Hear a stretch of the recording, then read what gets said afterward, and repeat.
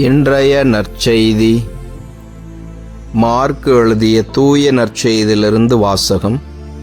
ஆண்டவரே, மாட்சி உமக்கே. அதிகாரம் 2, இறை வார்த்தைகள் 23 முதல் 28 முடிய. ஓய்வு நாளில் இயேசு வயல் வழியே செல்ல நேர்ந்தது. அவருடைய சீடர் கதிர்களை கொய்து கொண்டே வழி நடந்தனர். அப்பொழுது பரிசேயர் இயேசுவிடம், பாரும், ஓய்வு நாளில் செய்யக்கூடாததை ஏன் இவர்கள் செய்கிறார்கள் என்று கேட்டனர். அதற்கு அவர் அவர்களிடம், தாமும் தம்முடன் இருந்தவர்களும் உணவின்றி பசியாயிருந்தபோது தாவீது என்ன செய்தார் என்பதை நீங்கள் வாசித்ததே இல்லையா?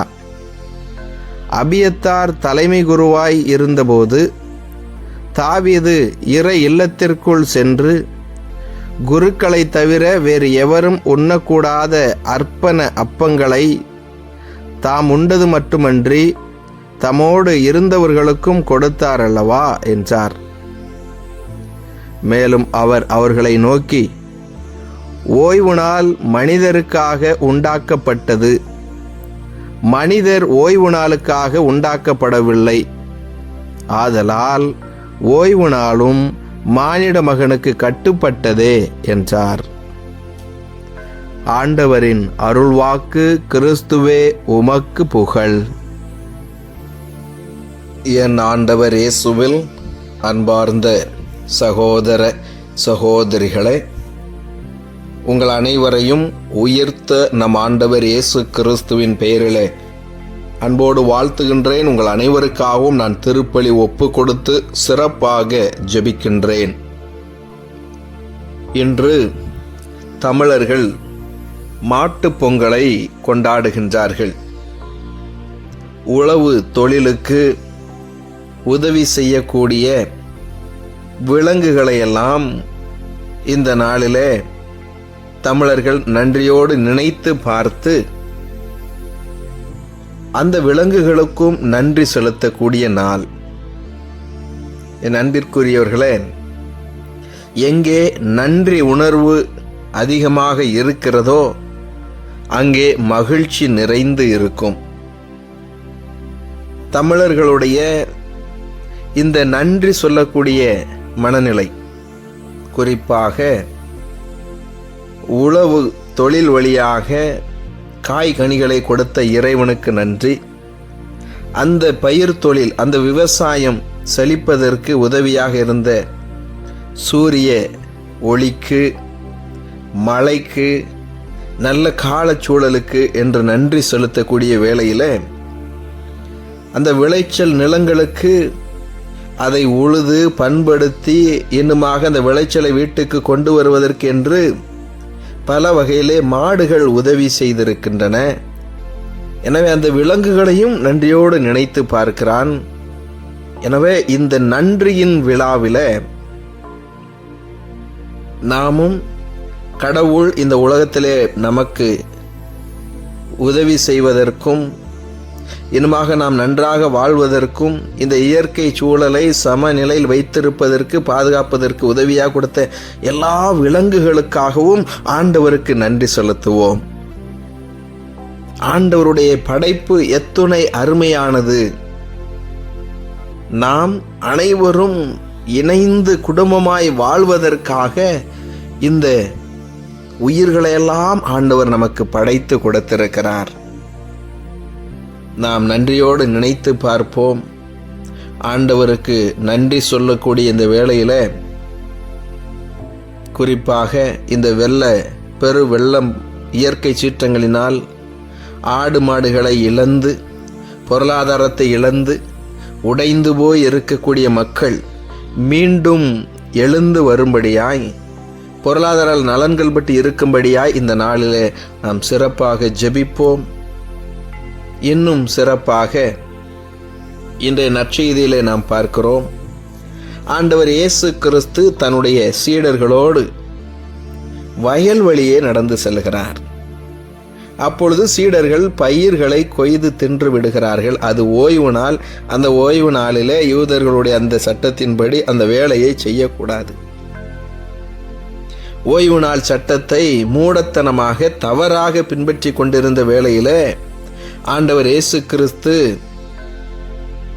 மனிதனுக்காகத்தானே சட்டத்திற்காகவா மனிதன் இருக்கிறான் என்றெல்லாம் புரட்சிகரமான கேள்விகளை எழுப்புவதோடு தன்னுடைய சீடர்களின் சார்பாக இருந்து பேசுவதை நான் இங்கே பார்க்கிறேன்.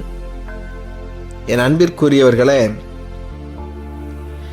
இந்த சீடர்களின் சார்பாக இயேசு பேசியிருக்க வேண்டிய அவசியம் இல்லை. நீங்கள் ஏன் சட்டத்தை மீறினீர்கள் என்று பேசிக்கொண்டு போயிருக்கலாம். ஆனால் அந்த சீடர்களுடைய பசியை உணர்ந்தவர் நம் ஆண்டவர் இயேசு கிறிஸ்து. அவர் பரிவுள்ள தெய்வம்.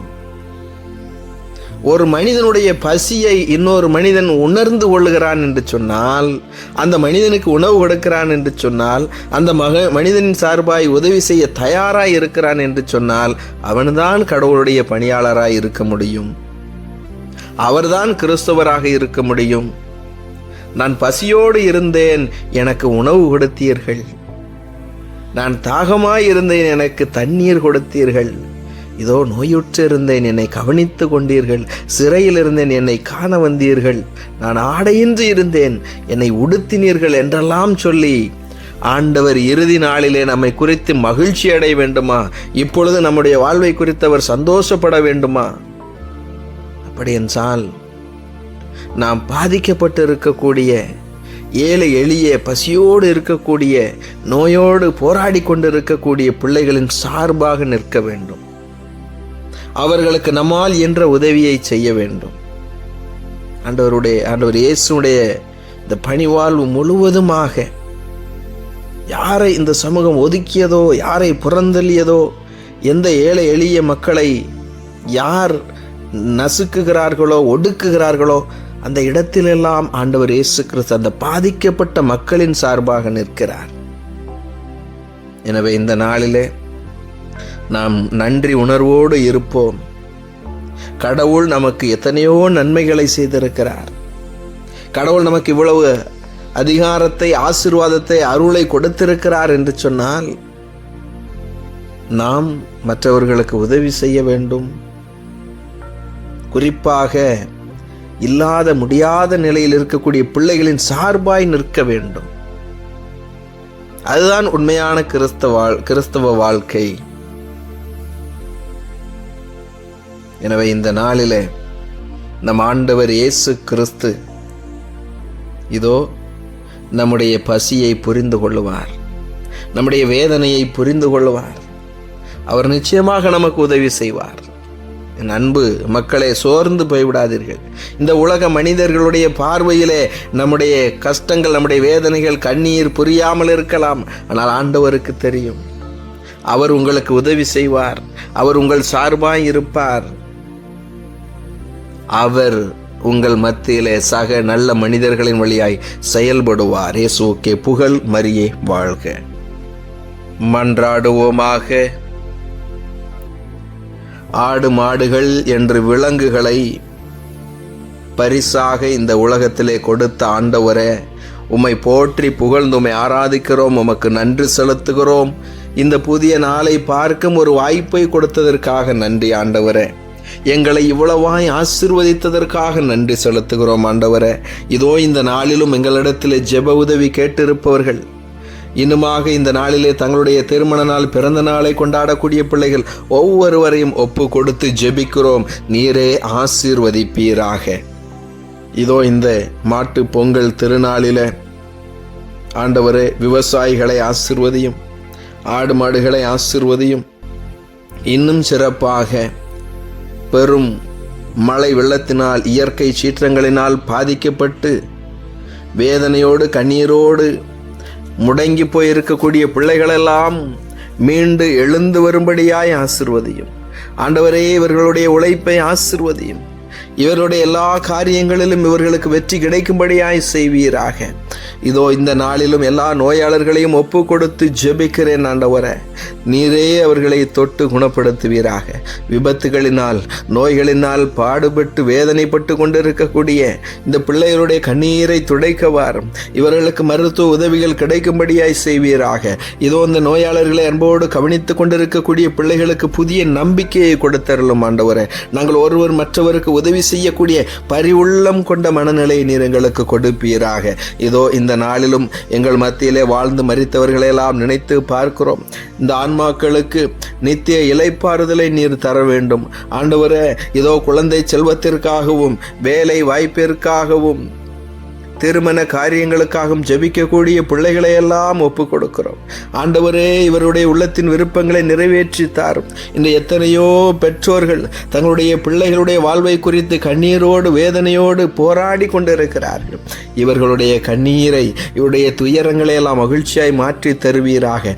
இதோ எங்கள் வீட்டிலே சமாதானம் இருக்காதா, அமைதி கிடைக்காதா என்று ஆண்டவரே உம்மிடத்திலே நம்பிக்கையோடு மண்டியிட்டு ஜெபித்து கொண்டிருக்கக்கூடிய குடும்பங்களுக்கெல்லாம் அமைதியை சமாதானத்தை கொடுப்பீராக. நல்ல ஆயனாக எங்கள் வீட்டின் தலைவராக இயேசு ஆண்டவரே நீரே இருந்தருளும். நீரே எங்களை வழிநடத்தும். எந்த விபத்தும் தீய எண்ணங்களும் தீய பழக்க வழக்கங்களும் நோய் நொடிகளும் எங்களை நெருங்காதபடியாக ஆண்டவரே நீர் பாதுகாத்து வழிநடத்த வேண்டும் என்று எங்கள் மீட்பராகிய அதை கிறிஸ்து வழியாக தந்தையே உம்மை நோக்கி மன்றாடுகின்றோம். ஆமென்.